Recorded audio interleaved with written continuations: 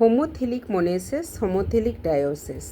होमोथिलिक अगर फंगाई के केस में आता है तो एक single mycelium can perform sexual reproduction, no need for different mating types, और ये इक्विवेलेंट हो जाएगा सेल्फ फर्टिलाइजेशन। तो होमोथैलिज में अगर फंगाई के केस में है तो वो क्या है, सेल्फ फर्टिलाइजेशन।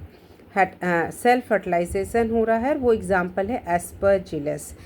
होमोथैलिज्मी फंगाई में, हेटेरोथैलिज्मी फंगाई में देखा जाता है। होमोथैलिक मोनोसिस और होमोथैलिक डायोसिस प्लांट में देखा जाता है।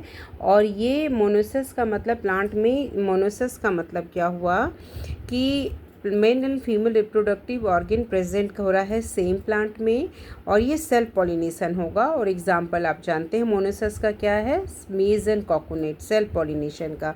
और होमोथिलिक डायोसिस का एग्जाम्पल क्या हो जाएगा, जहाँ पे male and female organ different plants में हैं और ये क्रॉस पॉलिनेशन की ज़रूरत होती है। डायोसिस में एग्जाम्पल आपका पपाया, डेट पाम है। सो होमोथैलिज्म अगर फंगाई में कंसेप्ट आ रहा है तो इसका मतलब सेम माइसीलियम है, सेल्फ फर्टिलाइजेशन है, लो जेनेटिकल वेरिएशन है, लेस अडेप्टेबिलिटी है।